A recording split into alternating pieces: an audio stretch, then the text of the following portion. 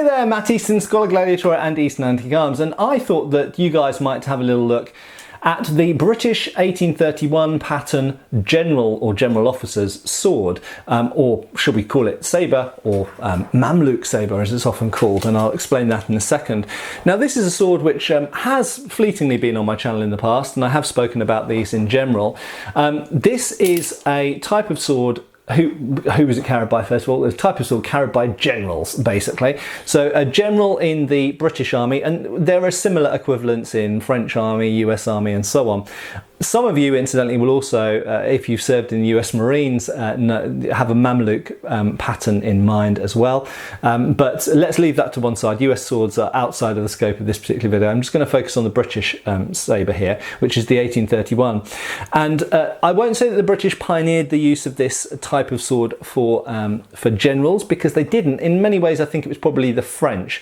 Now, the reason this is called a Mameluke or a Mameluke, spelt in various different ways, sabre, and let's have a little look at the blade, is because it is very clearly modelled on swords from North Africa and the Middle East, as used by the Mamluks. Now the Mamluks were specifically a, should we say, warrior class, and at one point ruling class of Egypt, of Arabic Egypt, and the Mamluks have been around since the Middle Ages, of course, and were originally slave warriors, and the Mamluks originally in the Middle Ages it included Europeans as well. They weren't just people from North Africa, weren't even just Muslims, or I think they were forced to convert to Islam if they joined the Mamluks, if I remember correctly.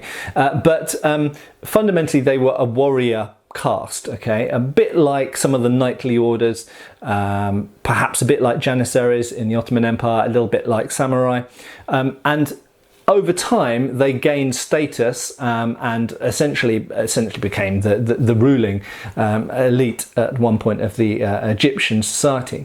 But the fact is that by the 18th and 19th century, European powers involved in the Great Game, primarily in that part of the world, Britain and France, and of course during the Napoleonic Wars, were fighting over control of Egypt. Egypt was very, very important for trade and was rich in resources, and they wanted to control it. There was also a historical interest in Egypt as well, and this is the birth of the period of Egyptology, the study of Egyptology, and studying Egyptian architecture, Egyptian language, the Rosetta Stone leading to translation of Egyptian language ultimately.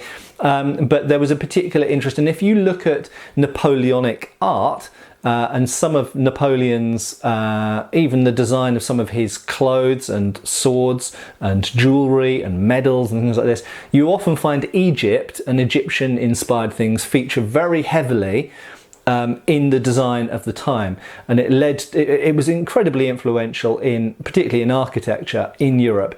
And because France was obviously the preeminent nation, the most powerful nation during the Napoleonic Wars in continental Europe, and that didn't really end, well, you could say it didn't end for most of the 19th century, but it didn't really end until obviously Napoleon was defeated, and France continued to be a very powerful nation after that as well, of course, and continued to be a world empire. So most people know about the size of the British Empire, but the French Empire, of course, was also very considerable as well.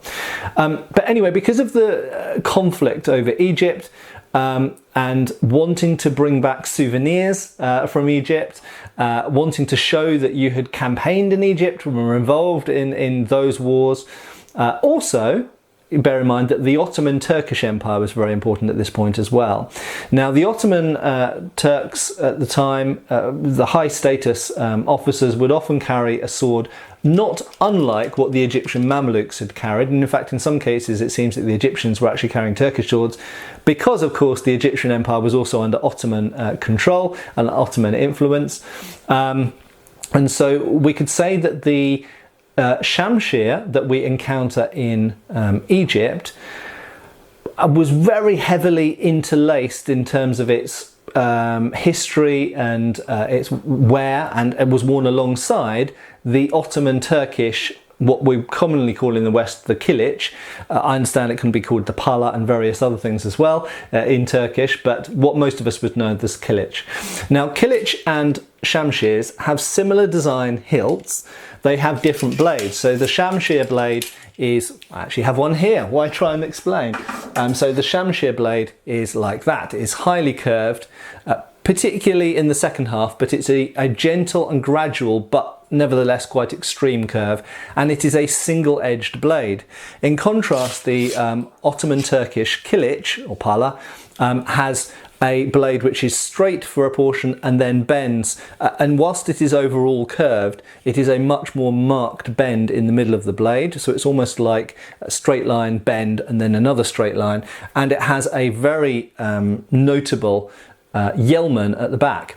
Now, this is a British sword from the Victorian period, from the mid to late Victorian period, and you'll see that this combines some of the features of both a Shamshir and a kilic, because bear in mind this is essentially a European interpretation of a Islamic Mameluke sword, and they weren't really sure exactly what that meant in their mind, so they combined a lot of features to produce a military pattern sword for generals to wear that would hark back to the campaigns in Egypt, and the fact that during the Napoleonic Wars anyone who'd served in Egypt wanted to wear one of these fancy captured Mameluke swords, which could be a Shamshir or a kilic. And I should also point out as well that Shamshir are found in photos of Ottoman officers. So sometimes Ottoman Turkish officers didn't wear the archetypal kilic or pala. Sometimes they wore a Shamshir instead. I don't know why exactly. So this is in some ways a Shamshir and in some ways a kilic, but it's really neither. This is a general officer's 1831 pattern Mameluke style sabre. We call it a Mameluke sabre in the West and in the collecting world, but really it combines the features of both. But it did start off with inspirations from the Ottoman Turkish pala or kilic and the Arabic Shamshir. And I do understand as well, I just want to throw in, people always comment under my videos, people coming from Arabic speaking countries or people coming from Turkey, that I do understand the word kilic just means sword, and I do understand the word Shamshir just means sword, although there's also the word safe as well, and they tend to be associated with different styles of sword. But in the collecting world and in the West and in the English-speaking world, we tend to refer to this type of sword as a Shamshir because of this characteristic type of blade, and we tend to refer to the archetypal pala type sword as a kilic, and that's just the way it is in the collecting world. Now, what I want to talk about just briefly to finish off is this specific sword, that is, rather than its origin, the 1831 pattern general sword as carried in the British Army by generals. Now, are these good swords? A lot of people have asked me about the hand protection. I'm just going to put this Shamshir down for a second. Now, obviously in the British military at this time, perhaps the most protective hilt we get is something like the cutlass hilt, which is symmetrical and steel and big and protects the front and top of the hand. Generally speaking, the least protection we get are things like a knuckle bow, and then a lot of swords in general use have types of 3-bar or various types of what we call half basket hilt, as featured behind me on the wall there. Very clearly, this doesn't have much hand protection by the standards of the Victorian army of the day, but it does have roughly the same amount of hand protection as lots of other swords from the world and other cultures and other periods. So if we can compare this to other so-called, Islamic, if we want to call them Islamic swords, things like the kilic and the Shamshir and the safe, it's got the same hand protection as that, because that's what the style of hilt is. Medieval swords, I'd say medieval swords on average have slightly more hand protection because they tend to have longer guards that are made of iron or steel. This is made of gilt brass, and it's relatively short. But then if we compare to the Viking era, well, obviously Viking era swords, although they're obviously meant to pretty much always be used with a shield, although they weren't always in reality, generally have a much shorter guard than this. And then if we look at Chinese swords, Japanese swords, other types of African sword, very clearly there are lots of swords which have the same, or so in some cases even less, hand protection than this does. But yes, you have to admit that in the context of a Victorian army officer, this doesn't have much hand protection. And if you were using this to fence with or to fight with like you were using a normal sabre, your hands are quite vulnerable in it, so you'd have to bear that in mind. In terms of the blade, it's a great blade. It's a single edge blade. It's got a raised false edge at the back, or yelman, presumably in emulation of Ottoman Turkish swords. It's completely functional shape. It's perfectly nice. It's an asymmetrical point, so it's not going to be quite as good at thrusting as the spear point, but it's certainly as good as lots of other swords which have asymmetrical points, such as the French 1822 cavalry sword. In terms of the quality, now, many of these swords that were made for generals were not really made as fighting weapons. So I actually know photos. There's a famous set of photos of Colin Campbell, who is obviously famous, most famous for his mopping up of the Indian Mutiny. And in those photos, he is shown with 3 different swords at different times. And this sword seems to have been regarded, certainly, or this model of sword seems to have been regarded by him as a dress sword. It does seem that at various times on campaign he carried the standard 1845 pattern like that. Good hand protection, good blade, 1845 pattern infantry officer sword. And at other times he carried a sword which we can't quite identify what it is. It's probably a custom made sword, probably from when he was a junior officer serving in the Peninsular War, with a hilt like a 1796. But we have to be frank, and generals in the Victorian army were usually over a certain age and just simply weren't expected to actually be using a sword in combat. So I think in many cases, and we certainly know from doing restoration and work on the antique examples of these swords, that some of them are not made with the intent of being used as weapons. However, some of them are, and some examples by Wilkinson and other good makers like Pillin very clearly have proved blades, have tested blades, so they've tested the blade for strength, and they have full tangs that are riveted through here. However, we know from ones that have fallen apart, ones that are being restored, that some of them only have partial tangs and that are connected in not very strong ways.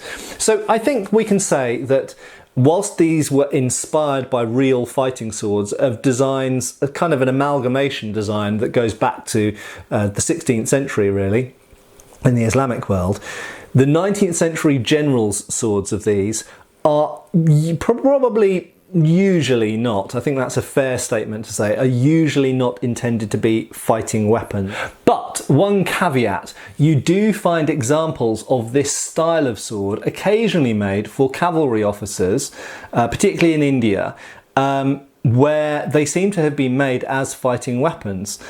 So there are some exceptions, but generally speaking, most that you encounter are these general swords, the 1831. A final thing I want to mention before signing off is that there are a lot of replicas of these around. So familiarise yourselves particularly with the replica of this made by a company called Universal Swords of India. I have seen a lot of those being sold, marked as antiques when they are not. The other thing to be aware of is these usually have, depending when they were made, these usually have ivory grips. So be wary of buying and selling and exporting. Make yourselves familiar with the laws on ivory wherever you are, whether you're intending to ship it abroad or anything like that, because the ivory of the grips may possibly affect that, particularly in the UK as of the end of this year. Yeah, ivory grips, obviously controversial, but there we go. These were generally speaking made of ivory until about World War I, and then after that they were made of faux ivory, fake ivory. And very, very occasionally you find Mameluke swords which aren't actually ivory, they're actually made of other things, such as bone and things like this. And very occasionally even wooden grips as well, actually.